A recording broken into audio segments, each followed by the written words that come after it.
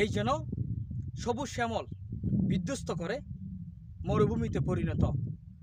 দর্শক, বলছিলাম সোনাদিয়ার কথা। ফ্যাসিস্ট সরকার পতনের 8 মাস, তবে আগে যে অবস্থায় ছিল এখনও সেই অবস্থা রয়েছে। সংশ্লিষ্ট কর্তৃপক্ষ একটু নড়ছড় নাই। এর পূর্বেও এভাবে হাজার হাজার একর ফেরাবন ধ্বংস করে মাছের ঘের এবং লবণ মাঠ তৈরিতে ব্যস্ততম সময় কাটছিলেন, কিন্তু এখনও তা অব্যাহত রয়েছে।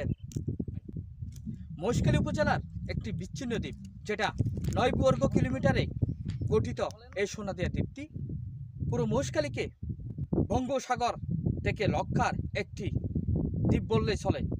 সেই সোনাদিয়াকে ধ্বংস করতেছে কিছু প্রভাবশালী ভূমিদস্যুরা।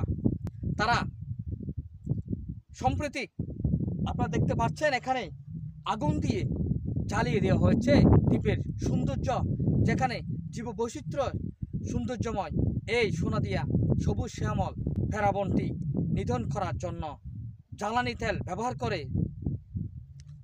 আগুন দিয়ে তার একটা উদ্দেশ্য হচ্ছে লবণ মাঠ এবং সিন্ডিকেট তৈরি করবে, কিন্তু এটা সম্পূর্ণ অবৈধ। আমরা যেমনটা জানতে পেরেছি, এখানে সংশ্লিষ্ট প্রশাসন এসেও দেখিও না দেখার ভাঙ ধরে চলে যায়, কিন্তু সচেতন মহলের দাবি কেন তারা এমন করে?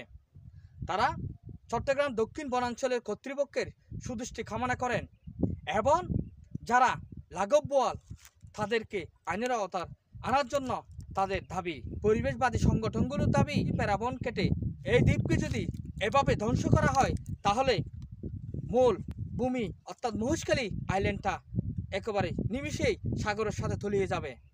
তারা সংশ্লিষ্ট কর্তৃপক্ষের সুনজর দাবি করেন এবং অচিরেই এই অবৈধ কার্যকলাপ যারা জড়িত তাদের বিরুদ্ধে আইনানুগ ব্যবস্থা গ্রহণের জন্য অনুরোধ জানান এবং এই দ্বীপকে রক্ষা করে পর্যটন নগরীতে পরিণত করার আহ্বান জানান।